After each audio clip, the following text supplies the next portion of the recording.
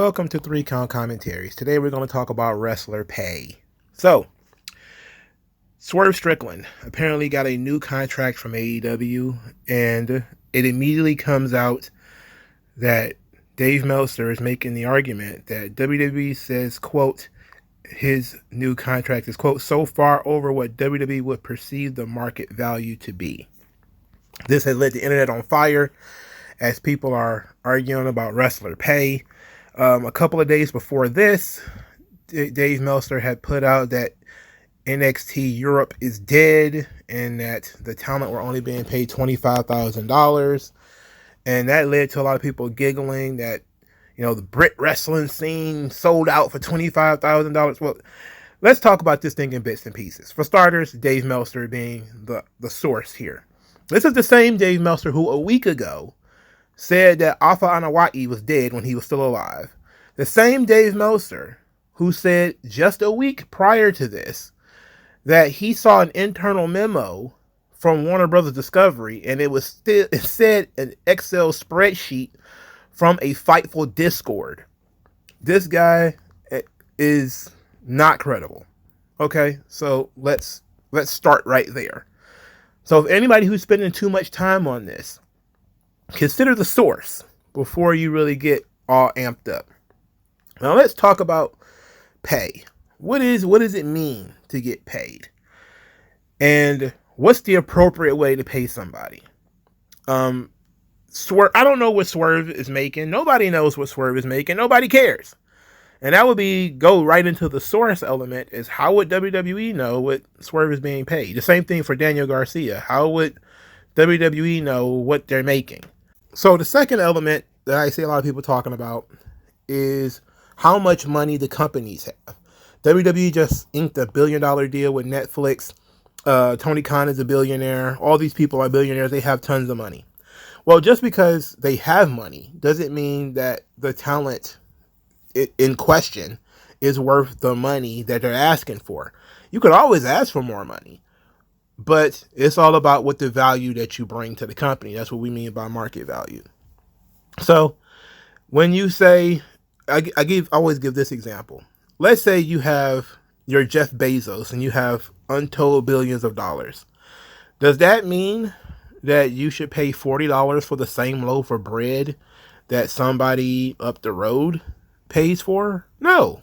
Just because you have more money doesn't mean that the cost of the item changes. The cost of the item should be the same regardless of what you have in your bank account. So in this case, the work of the talent, the brand of the talent, it has a value that operates and is different from whatever monies the companies have. So if you talk about somebody like Daniel Garcia or somebody like Swerve Strickland, they're not going to be able to price themselves out of the market. In other words, they're not going to set themselves at so high a cost that they can't find a job. This is something that has happened to people like Ultimate Warrior before. Where their asking price or their demands, contract demands or whatever, are such that nobody wants to do business with them. Either the company is too small and they can't afford it, or the big companies, they can afford it, but they just don't want to pay it because they won't make that money back, or the association with the brand is certainly not worth it. So there's a lot of things that go into, a wrestler being paid or what they should be paid. Should anybody be paid for the record? Okay. So just because WWE and AEW have owners that have a lot of money, that doesn't mean that the wrestlers themselves are worth a lot of money, because individual wrestlers have individual levels of experience. They have individual fan bases, and a guy might get a good contract now based off potential of what he could be later. Or somebody could be on the downslope of their career and not be worth as much money as they were 5 years ago. I certainly wouldn't pay Rob Van Dam in 2024 what I would have paid Rob Van Dam in 2002, for instance. And Rob Van Dam knows that. And anybody who's, decent with business knows that sometimes people are on the decline and you pay them less because they're on the decline. Now, that being said, we're talking about two guys that are in their prime, all right? Or Daniel Garcia is probably not even in his prime yet. He's close. Now, Swerve Strickland is the big one here. You know, he's the guy who main evented the All In show. AEW World Champion. He's only World Champion for 4 months. But apparently this is the one that set everybody off, that led people to saying that WWE fears that it's bad for business and it's bad for the market. Well, WWE can't say that without knowing what the final offer is. That's the first thing. You know, if you don't know what the final offer is, you have no idea whether it's good for the market or not. Second, it doesn't matter to WWE how much AEW spends on talent. It doesn't mean anything. Now, you could say, well, if AEW is giving out really good contracts, all the great WWE wrestlers will go over to AEW, and I say, not necessarily, because those contracts, there needs to be something underneath them in order for them to matter. In other words, AEW needs to actually start making money. Okay? So, when you leave from WWE to go to AEW, sometimes you're taking a risk because you don't know whether that company is going to be there next year. Now, we know that they're making TV deals and all this kind of stuff. Eventually, that stuff will go through. We know that they're setting up arenas to have shows next year. We know that. We know Tony Khan has tons of money. We know that. But some people can run for a long time in the red. And this is a Nick Khan statement when he made about, it was a little jab he threw at Tony Khan about, you know, anybody can run a company at a loss. There's only so much money you can lose before eventually somebody's going to step in and say, you're doing too much. And WCW had endless amounts of money, believe it or not. Ted Turner was a multi-billionaire. Okay. And they still did not, when they started, they were losing money and they were paying wrestlers $250,000 a year, $150,000 a year. And these were guys who were barely on the roster. I believe Buff Bagwell was making 6 figures before he was even Buff Bagwell. I think he was like Marcus Alexander Bagwell. And it was a similar situation here where Ted Turner owned a baseball team and was paying wrestlers like baseball players. Well, then when the company, WCW, was not turning a profit, a big problem with that was that he was overpaying wrestlers. And so Bill Watts had to come in and start cutting costs. And one of the first things he did was start getting rid of guaranteed contracts. That's why so many people hated Bill Watts. And it's because Bill Watts, as a guy who was paying talent out of his own pocket, had a better idea of how talent should be paid, rather than somebody who was like, well, these guys they're like baseball players, except, you know, WCW is not a baseball team. You know, you don't have the MLB as a brand to carry this thing forward. They weren't selling tickets. They weren't selling pay-per-views. Now, over time, WCW did get better at selling tickets and pay-per-views and stuff, and the talent's money went up because they were making more money. But Bill Watts, who had his experience as a guy who ran a wrestling promotion and paying talent out of his own pocket, he knew that you can't overpay for talent. You have to pay talent in accordance to what they draw. Now, the CM Punk quote that's been floating around is the one that he made where he was talking about how guaranteed contracts started killing the business. Now, the first guarantees were, I think, in the 80s, you know, but they were very small. Some guys, in order to get a guy to come to a territory, you would guarantee him a certain amount of money per week. And this has always been the case. I will pay you X to show, and then you'll get a percentage of the house or whatever. So that kind of thing has always happened. What Hall and Nash and all of those guys started really wanting is guaranteed money, regardless of whether they drew or not. And that was partially because Diesel was the WWF champion. It was one of the lowest drawing WWF champions of all time, and thus was one of the lowest paid WWF champions of all time. And to him, that was an affront. He was like, you know, this isn't all my fault, but, you know, I should be paid according to my position, but I'm not being paid according to my position because I'm not getting a guarantee. What I am getting is a draw off the house. And if the house is small, then my pay is small. That sucks, you know? So those guys went to WCW where they can get a guaranteed contract, regardless of what they drew. Now, over time, that ended up being a good idea because they started getting tons of money and they started making tons of money for WCW. But what happened in the long run? WCW started losing money again. These guys continued to get paid and then they stopped caring. Now, everybody knows that story. Guys get paid, they just show up, they half-ass it, but it doesn't matter because they're still getting paid. That's what a guaranteed contract is all about. You don't have to put forth the effort once you already got the money. The incentive is gone.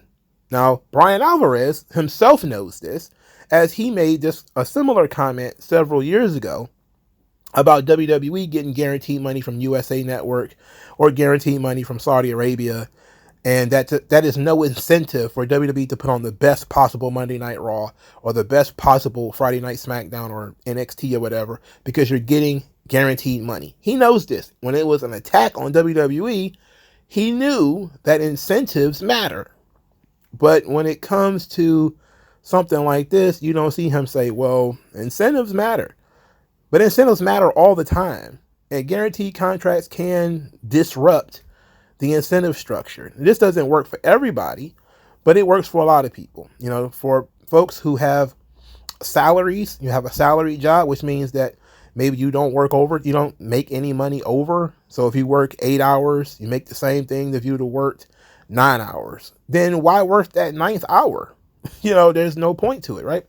So we don't know what Swerve is making. We don't know what his guaranteed is, but he's going to get some kind of guarantee.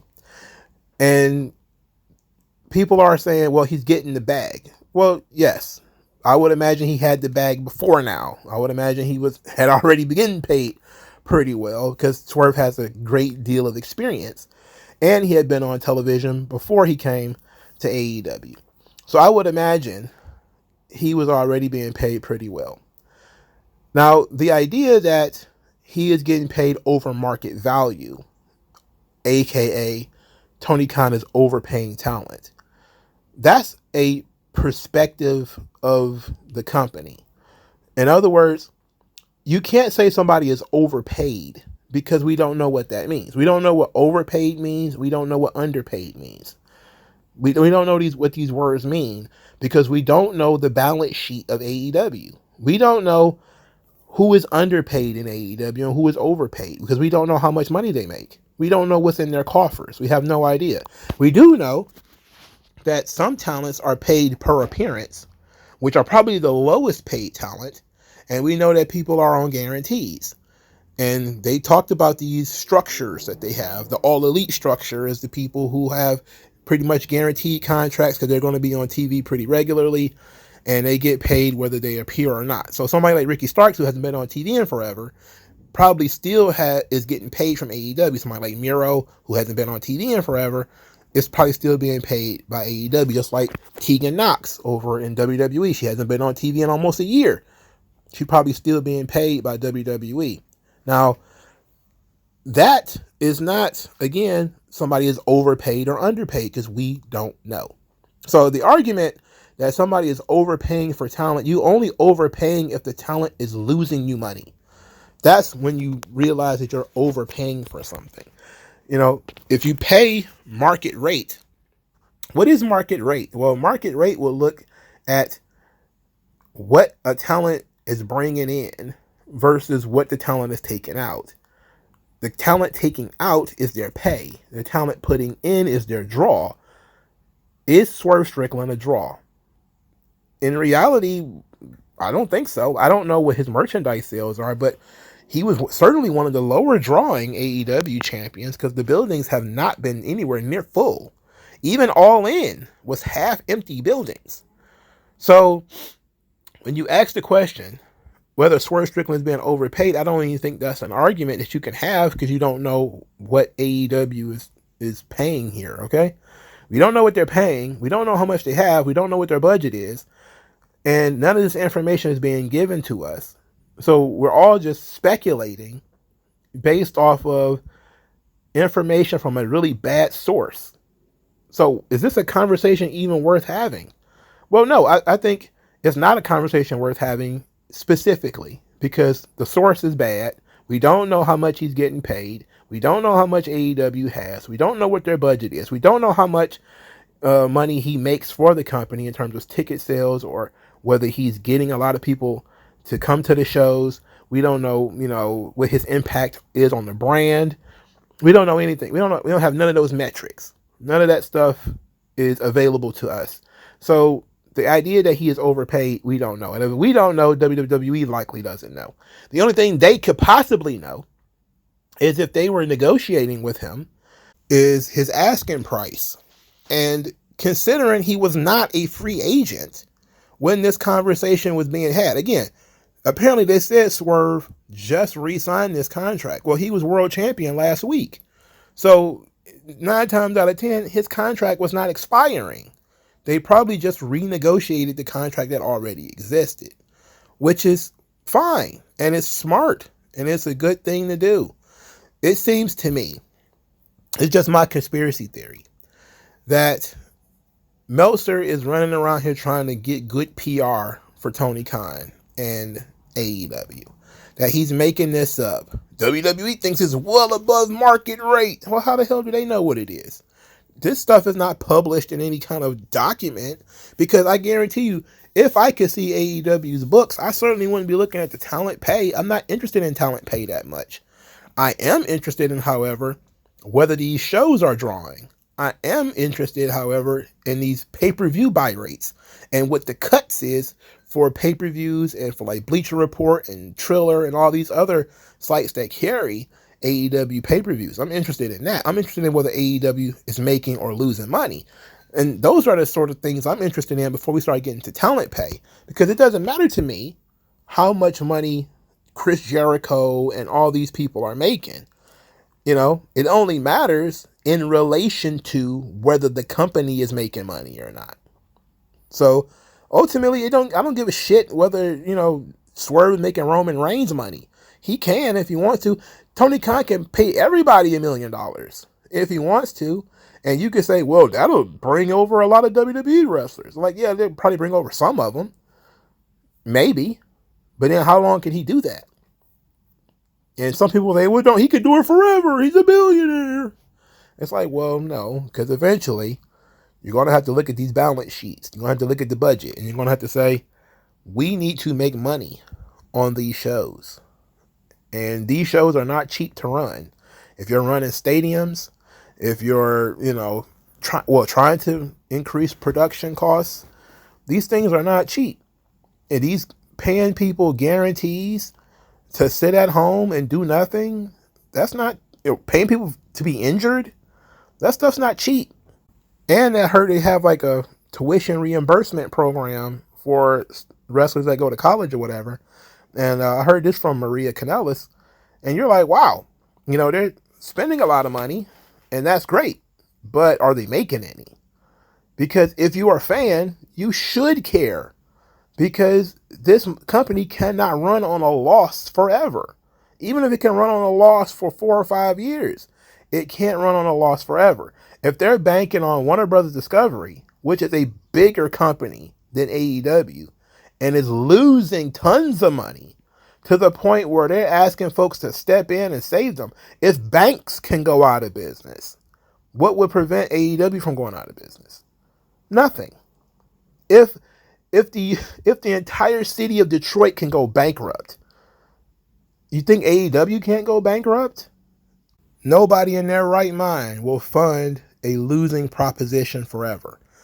Now, again, but we don't know, because we're not privy to too much of this information, and they're going to make public what they feel like making public. I don't believe this story is even real. Okay, I just don't think it's a real story. I don't think WWE gives a damn about what AEW is paying Swerve Strickland. And the fans who are running around doing, flips, happy that Swerve is getting paid, that's great. But then you have to realize that Tony Khan is making all these decisions about where he's going to run All In next year, or where he's going to run X, Y, and Z in 2 years, or whatever the case may be, based off of Warner Brothers Discovery, which is a company that is in dire financial straits. That's what we should be paying attention to. They're trying to distract you with these shiny objects over here. It's like you're making decisions based off of an expectation that you're going to get paid a lot of money from a company that is losing money and losing a lot of money. I wouldn't necessarily be jubilant about spending too much money on contracts for talent until you have that television deal secured. But I would imagine that Tony Khan knows that already. He's got to be some kind of business whiz, right?